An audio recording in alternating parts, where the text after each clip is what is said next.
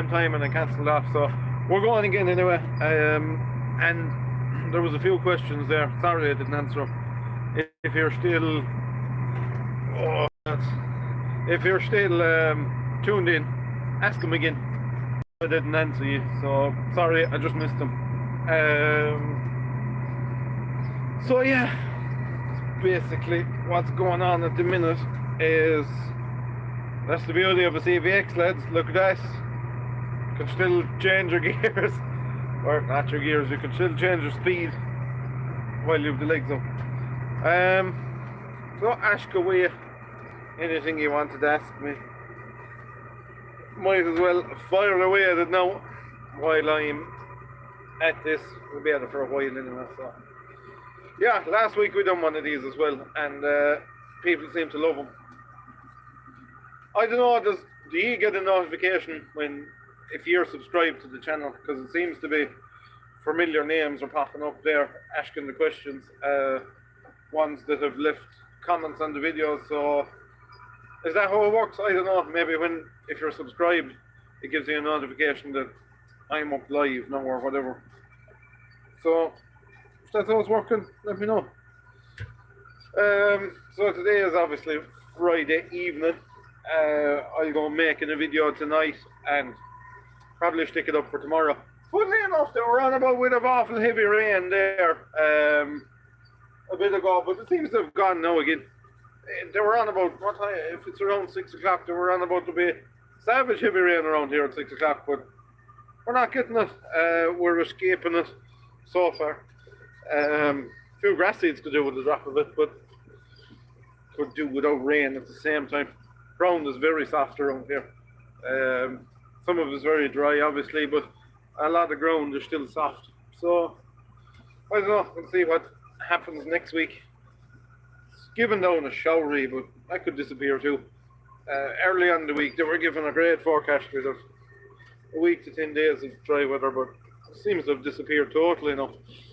Whether that's what will happen or not, I don't know. We're not looking good, lads. There's only two of you watching. Go on, throw in a few comments there and see what happens. Get more. Oh, we're jumped up to 5. That's the job. Yeah, ask me whatever you want to. Do New Hollands give any gearbox trouble? There's a couple of different types of gearbox in them, isn't there?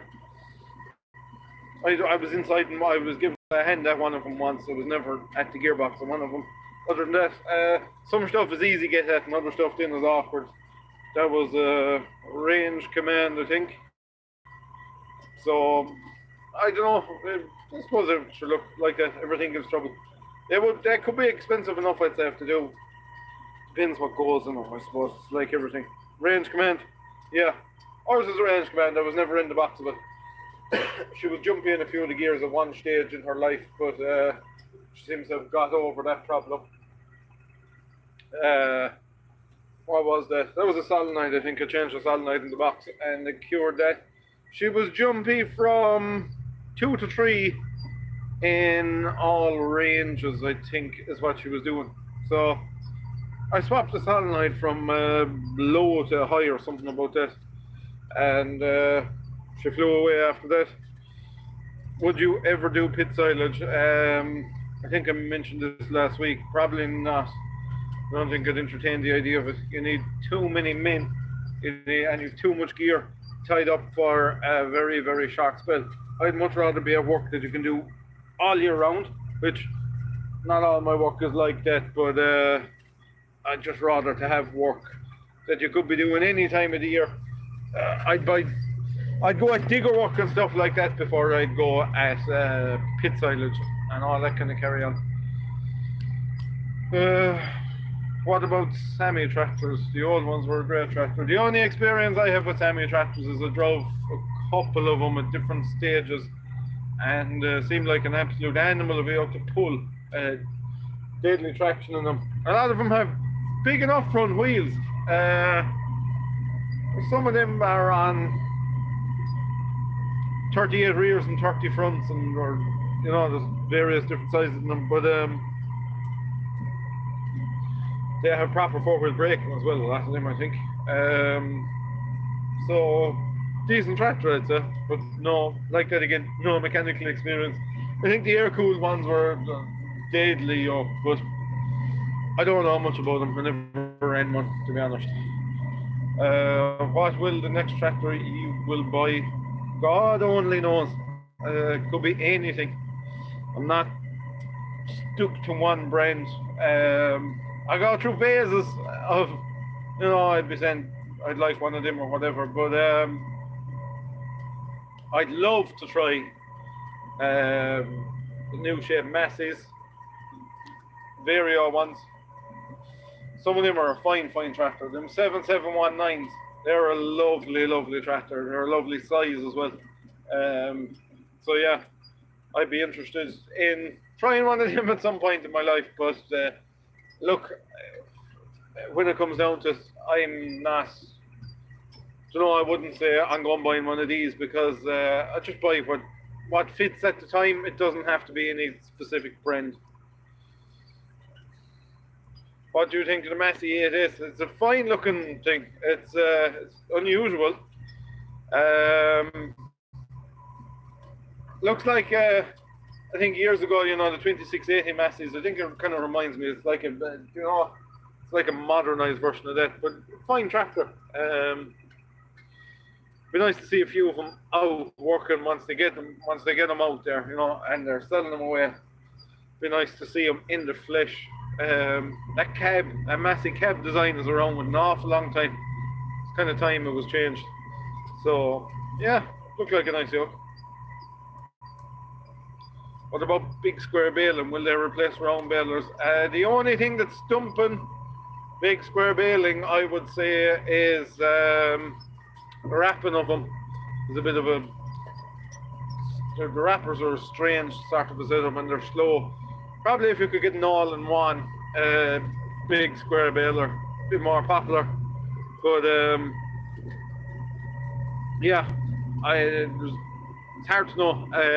Better for stacking and all that. You'd imagine they'd sit in better and they'd seal off of each other better, and you'd probably get more density. I'd say. Should be made by 4x4s. Are huge, like there's so much stuff inside one of them.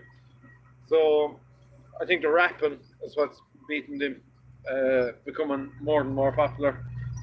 But like that, you never know. Funnily enough, I knocked across an old Vicon square baler there on YouTube one night, and it was tying with wire. It wasn't cord, it was actual wire was tying the bales. It's on, I think it's Tractor Spotter on YouTube.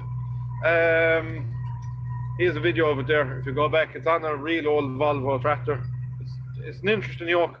But yeah, wire tying it shows the knotters working and all that. Fair pressure on the yoke tying wireless. What do I think of the grant for ploughing? Is that what it is? What do you think about the grant for ploughing in straw? Makes absolutely no difference to me whatsoever, because I have nothing to do with straw or tillage farming or any of that. I haven't read into it or I haven't followed it up. I know there's some scheme there for basically I think they're paying people to chop straw, which I suppose probably some sort of environmental theory behind it, but no, I've no opinion on it because I honestly don't know the ins and outs of it. A dribble bar for the pipe system, yeah, that'll come at some stage whenever it'll come, but that's something that will be done. I think, like I was saying there, the splash plates days are numbered, so might as well be ahead of the curve some bit. Another couple of years to be no one spreading with splash plates, in my opinion. It's just going to go. It'll be something that'll fade away. It'll probably won't even have to be banned because it'll be gone by the time it gets to that. Some people love it. Other people don't really like the dribble bars and all that. But I suppose it's always easier to throw it out with the splash plate. But yeah, dribble bars are getting more and more popular the whole time. What am I doing now? I'm rolling, as it was in the last live, but I just had to. There was a bother there with the live stream. I got a phone call and for some reason it cut off at the same time, so that's why with two of them, unfortunately. So yeah, I suppose there's a part one and a part two to this, but yeah. Can all slurry be spread without a splash plate? Dribble bars and macerators are getting far better than they were when they first came out. When they first came out, they were really only there to deal with what had already gone through the animal, not to deal with foreign objects and stuff like that. So they've, I suppose, as time has went on, they've improved, and they're getting better and better the whole time. So, small bit of work on the farmer's part, and yeah, all slurry should be able to be spread with a dribble bar. There's no reason why it shouldn't, really, to be honest with you. If you can one person slurry with a dribble bar, there isn't much reason everybody's can't be spread with it then. That's what I think anyway.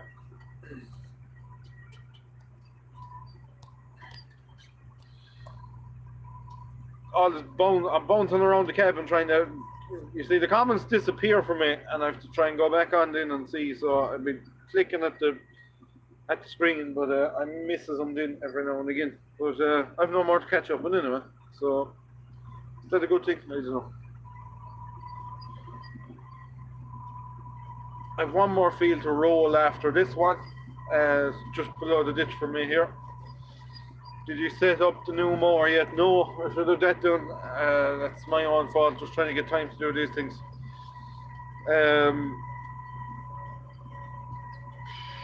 I suppose next week, I'm saying that with a good while, but next week if I get a bit of time, I will. I'll pull them up home. I ran them when we had them up there at Christmas. I ran them, and I can't see they need anything bar oil change. But like I was saying to you, someone from Pottinger said they come out and set it up with us. So I really need to pull the finger out and get that done. But the work needs to be done too. So you know, it's hard to get the time to do these things.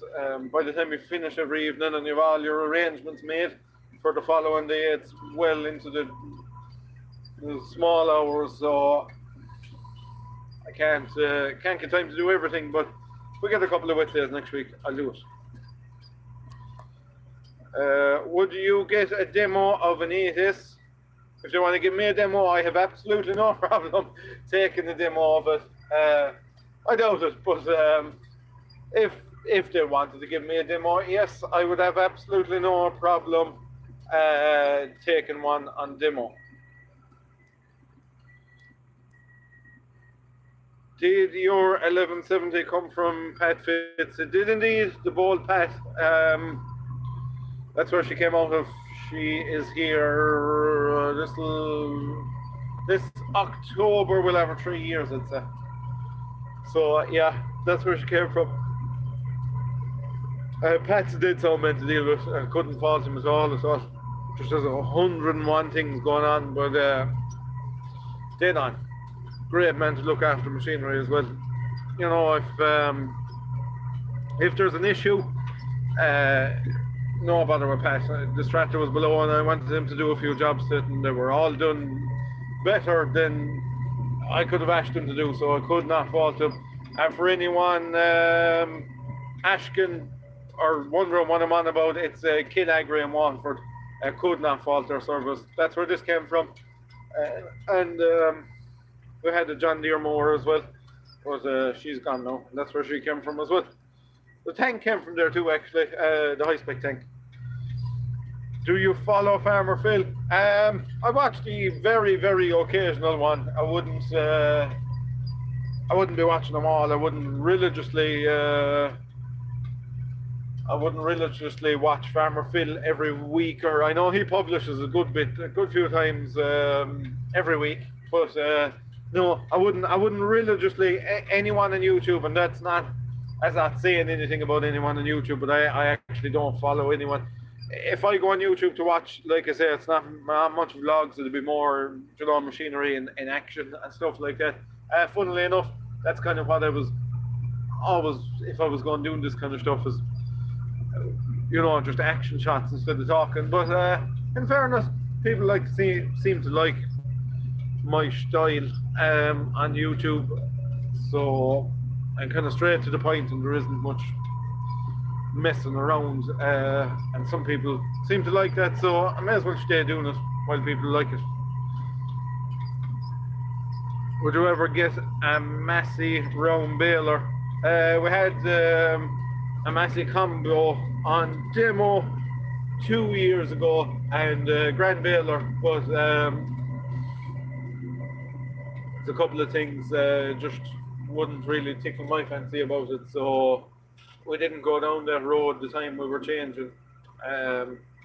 But like that, never say never. I would never knock anything else, because you never know the day. Well, I would have one time, but you never know the day. You have to change it. Why do you roll at a slow speed? It's not a lack of power. I find the roller starts bouncing if you go a bit too fast, so field is a bit rough as well. I don't want to be thrown around the place, and I've got thrown around the place an awful lot this week, so the back is kind of sore at this hour of the Friday evening. But thankfully, and you'll be delighted to know, we aren't working this Sunday, I'd say, so break off, and I'll probably do a bit of relaxing on Sunday, get a bit of getting ready for next week. So I might go and collect the mowers even if we get a chance. But yeah, a bit of work tomorrow, few odds and ends to tidy up for the week, and I'd say we'll be able to give it a skip Sunday, as it's supposed to be wet. So yeah, Sunday's off. Can't complain about that.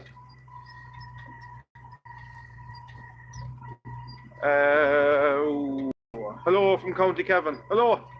I never had any dealings in Cavan, so yeah. Hello, County Cavan. Where are you working? Inside my CV extra. People often ask me where I'm working, or I've seen that asked a few times. I just give a general area because I don't want to, pinpointing where I am for several reasons. Mainly because, for instance, the man I'm working for mightn't exactly want people to know where his farm is, or there's just so many reasons I never really say those kind of things. So I keep a lot of information to myself. So yeah, I don't really spill the beans on exact locations. Are you preparing for silage yet? I see a few lads cutting already. Yeah, I've seen a good bit of cutting going on. I suppose there's plenty of grass in some places. This time last year we had a few silage jobs done already, but nothing this year. No, we haven't prepared, and I was actually chatting to a guy the other evening. I was out looking at a job, and he was asking me, were we getting ready for silage? And it's something that dawned on me. Years gone by, there'd be ages and ages getting ready for silage, but thankfully, as the gear has improved, that's kind of gone. There's not much preparing for it now. And luckily enough, because trying to get time to do these things now is just becoming a massive, massive struggle. So luckily the gear is good enough that there doesn't have to be huge amounts of repairs gone into them like what used to be going on. But no, not much prepared. Bar the mowers, and the only reason they're being prepared is because we've never used them before. So not much preparing to do this year, thank God. Do you have any workers for silage? Yeah, there'll be plenty of them floating about, hopefully. A couple of good lads that always give us a hand. So they've been there pretty much from the beginning. So they've stayed there, they've stuck by me and us, and I'd always be grateful for the lads to give us a hand. Without them, you wouldn't manage too much. So all the help you can get is very much appreciated. Why use such a big tractor rolling can't be economical? There's a couple of answers to go into that one now. Mainly because every tractor we have was out today, and this one was disc harrowing, so it was the first finished, and it wound up rolling a place that was being grass seeded. So once it was finished there, it went on and rolled another place that was grass seeded, and what happened in was this where we are now wasn't too far away from the last place we were, and this place needed rolling. But on your economical point, funny enough, a big tractor doing the work of a small one will burn less diesel, and I can absolutely guarantee you that a big tractor is not under pressure doing same work as a smaller tractor. I'll give you an example, and you would probably think, logic would lead you to believe that this. Anyway, when I had the TM on the baler, the TM was burning half a litre a bale. Every single bale throughout the season, we averaged half a litre a bale.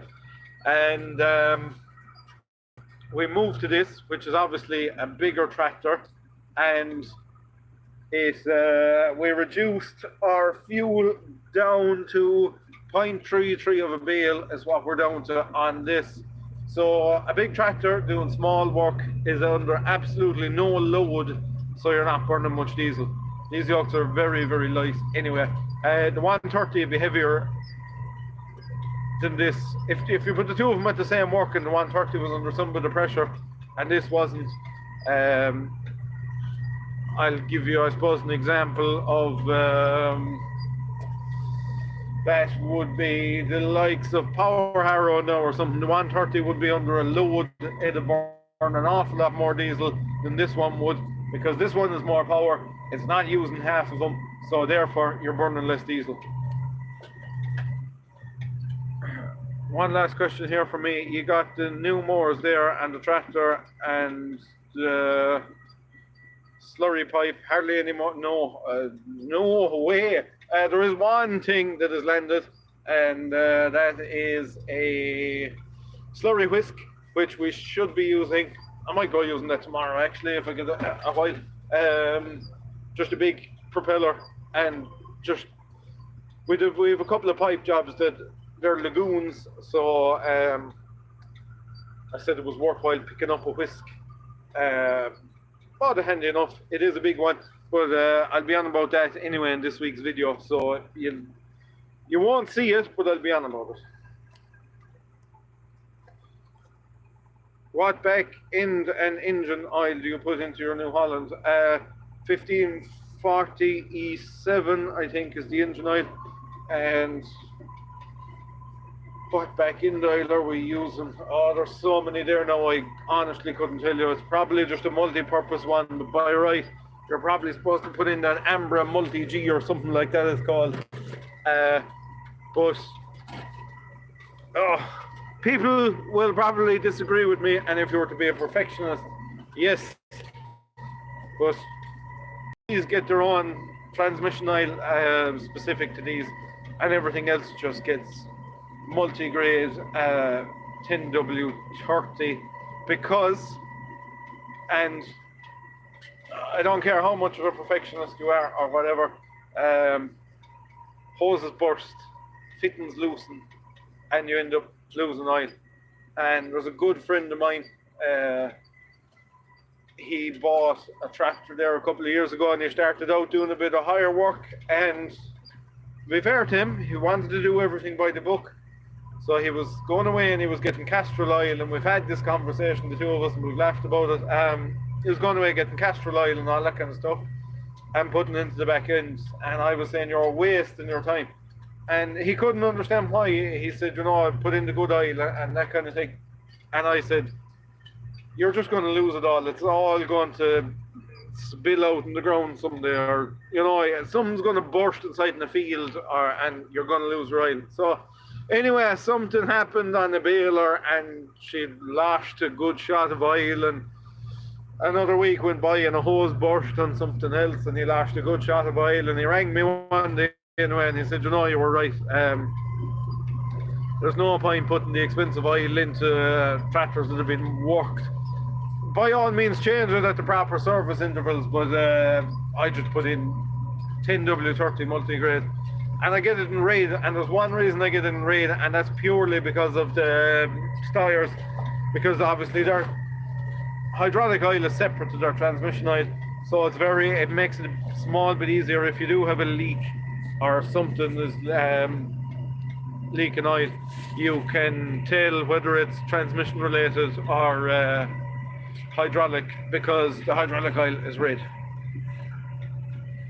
I bought a Massey with 5,000 hours, and after use, when parked, a small drop of oil comes out the breather. Lack of use, I would say. You need to be careful there with that, because you can get them. If there's a seal gone in your turbo, she can start running on her own oil, and even if you switch off the key, she'll stay running. But a bit of hard work is probably the best thing that needs mixing slurry or something like that. What tractors will you put on the mowers? Oh, the TVT will do all the mowing. Yeah, the TVT will do all the mowing. What hours are on that? 1170. If you're pretty sure you've put a few hours on that tractor, I'm not going to go mentioning any names on the broader internet. The man that owned this was a man by the name of, let me think of his initials, PMC would be his initials, and he also had a blue one at the same time and traded them both at the same. He does baling, and he is down around in the general area of where Killegry is. So yeah, if that's right, hit me a comment. Like I say, I'm not going to go mention men's names. They probably don't want their name mentioned online. So yeah, that's who that belonged to. Before that, I don't know where it was, and I think his first owners were big tillage farmers in County Louth.